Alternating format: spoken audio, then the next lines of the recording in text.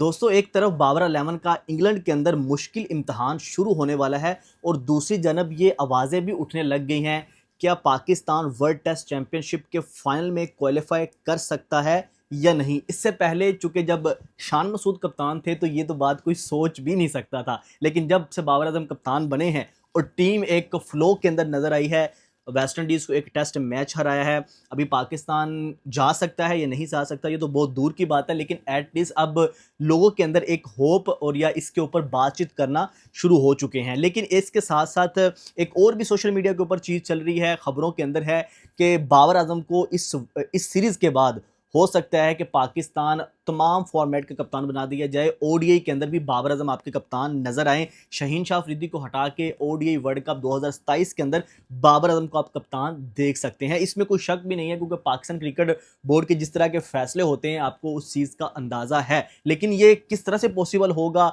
क्या शाहीन शाह अफरीदी टीम में होंगे नहीं होंगे, क्योंकि जब पहले T20 के अंदर शाहीन शाह अफरीदी को हटा के बाबर को कप्तान बनाया था तब दोनों में बहुत ज़्यादा क्लैश हुए थे और टीम के अंदर एक टीम टूट फूट का शिकार हुई थी। उसके ऊपर भी बात करेंगे, लेकिन अभी सबसे पहले चूंकि टेस्ट सीरीज पाकिस्तान की, अभी वेस्ट इंडीज़ को एक टेस्ट मैच पाकिस्तान ने हराया, अवे टेस्ट 3 साल बाद पाकिस्तान जीता, वो भी बाबर आजम की कप्तानी में। अब पाकिस्तान का एक मुश्किल इम्तहान है, क्योंकि इंग्लैंड के अंदर कंडीशन थोड़ी सी डिफरेंट है, उनकी टीम भी पाकिस्तान से थोड़ी तगड़ी है।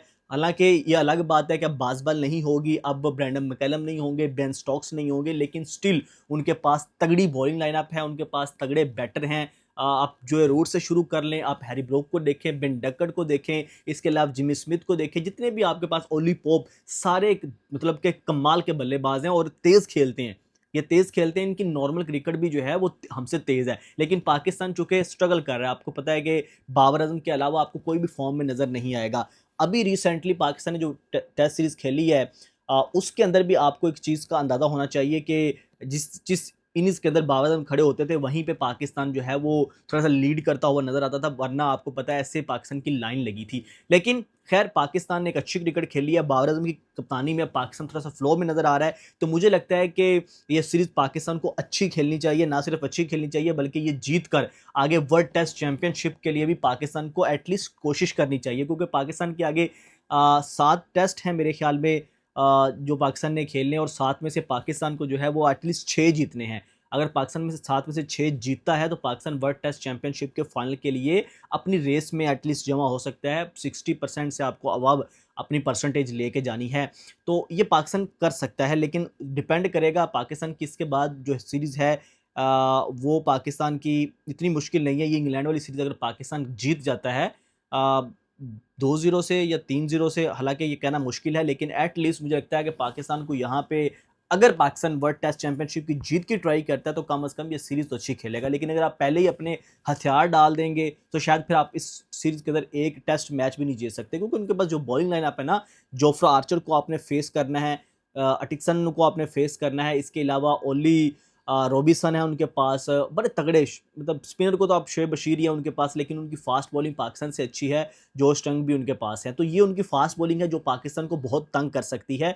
और उसके अलावा आपको पता है कि पाकिस्तान के जितने बैटर्स हैं वो आपको पता है कि सारे फॉर्म के अंदर नहीं है, लेकिन गाजी गोरी को मौका देना चाहिए मुझे लगता है, क्योंकि रिजवान की जो परफॉर्मेंस चल रही है, अब गाजी गोरी को आपको मौका देना पड़ेगा, क्योंकि इसके अलावा आपके पास और कोई चारा नहीं है। तो ये तो सारी चीज़ें वो है, मुझे लगता है कि वर्ल्ड टेस्ट चैंपियनशिप के लिए पाकिस्तान जो है वो क्वालिफाई नहीं कर सकता, भी बड़ा मुश्किल है, क्योंकि पाकिस्तान ने जो पहले मैचेस खेले हैं उसके अंदर पाकिस्तान ने बहुत ज़्यादा मिस्टेक्स की हैं। कहीं पे आप स्लो के होने की वजह से अपने पॉइंट्स दे बैठे हैं, कहीं पे आप जो है वो छोटी छोटी सीरीज़ हारे हैं बांग्लादेश जैसी टीमों के आगे, तो मुझे लगता है कि अब मुश्किल है। खैर, लेकिन ये सीरीज़ पाकिस्तान को अच्छी खेलनी चाहिए, सीरीज़ टू सीरीज़ सोचेंगे तो पाकिस्तान जो है वो अच्छा खेल सकता है। अब आ जाते हैं, मुझे लगता है कि अभी जो कप्तान बनाने की बात है ओडी वर्ल्ड कप 2027 के अंदर, तो मुझे लगता है ये पॉसिबल है, क्योंकि जब बाबर आजम को दोबारा 2 दफ़ा कप्तानी से हटाया गया या बाबर आजम ने खुद छोड़ा, उसके बाद ये पॉसिबल नहीं लग रहा था कि बाबर आजम वापस आएंगे। लेकिन आपको पता है कि यहाँ पे वक्त बदल जाता है, जज्बात बदल जाते हैं, हालात बदल जाते हैं, पता भी नहीं चलता पाकिस्तान क्रिकेट बोर्ड के अंदर। अब चूंकि बाबर आजम वापस आए हैं, जो कि एक्सपेक्टेड नहीं था, एक अनएक्सपेक्टेड चेंज हुई, उसके बाद मुझे लगता है कि फ्यूचर में भी कुछ इस तरह की चेंजेस आपको नज़र आ सकती हैं। डिपेंड करता है कि शाहीन शाह अफरीदी की परफॉर्मेंस कैसी रहती है, उसकी फिटनेस कैसी रहती है और उसकी कप्तानी कैसी रहती है, क्योंकि बाबर आजम जो कि एक वाहिद इकलौता 7 बहनों का इकलौता भाई है जो हर दफ़ा आपको पता है कि परफॉर्मेंस देता है। इसके अलावा आपको ना तो कप्तानी की परफॉर्मेंस कहीं पे नज़र आ रही है, चाहे सलमान लियागा की बात कर लें, चाहे रिजवान की बात कर लें, चाहे आप शहीन शाह अफरीदी की बात कर लें, जो कि शान मसूद की बात कर लें, जो रिसेंटली आपके कप्तान रहे हैं। तो उनके अंदर आपको ना तो उनकी अपनी परफॉर्मेंस नज़र आई, ना ही उनकी वजह से टीम की परफॉर्मेंस नज़र आई, ना ही आपकी विनिंग परसेंटेज कोई इंक्रीज़ हुई। तो उसके बाद आपके पास और भी ऑप्शन बचता नहीं है कि आप कि बाबर आज़म की तरफ जाएँ, क्योंकि अगर आप बाबर आज़म को हटाना है तो आपको उससे बेहतर ऑप्शन लेके आना। लेकिन जब बाबर आज़म को हटाते हैं या बाबर आज़म के अलावा आप किसी और की तरफ देखते हैं तो आपके पास कोई और ऑप्शन नज़र ही नहीं आता। तो ये वो चीज़ है जो बाबर आज़म को एक मज़बूत कैंडिडेट बनाती है। तो यहाँ पे मुझे लगता है ओडीआई वर्ल्ड कप 2027 के अंदर भी फैन्स भी उनके साथ हैं, लोग भी चाहते हैं और पाकिस्तान क्रिकेट उठती भी है बाबर आज़म की वजह से। क्योंकि बाबर आज़म के अलावा आपको पास और कोई सुपरस्टार है ही नहीं, जिसको दुनिया देखना चाहती है, जिसकी लोग बात सुनते हैं, जिसको लोग फॉलो करते हैं, तो वो बाबर आज़म ही है। और मुझे लगता है कि अगर ये सीरीज़ पाकिस्तान जीतता है इंग्लैंड वाली, तो बाबर आज़म का स्टेटस, बाबर आज़म का कद-काठ और बड़ा हो जाएगा। अगर इंग्लैंड वाली सीरीज़ बाबर आज़म जीत जाते हैं, तो उसके बाद बाबर आज़म को दूसरी ओडीआई का कप्तान बनाने से भी कोई नहीं रोक सकता। मुझे ये लगता है कि उनको खुद ज़रूरत बन जाएगी कि बाबर आज़म कप्तान बने। तो दोस्तों, इस पे आप लोगों की क्या राय है, कमेंट सेक्शन में ज़रूर बताइएगा। शहरोज़, हमें इजाज़त दीजिए। अल्लाह हाफ़िज़।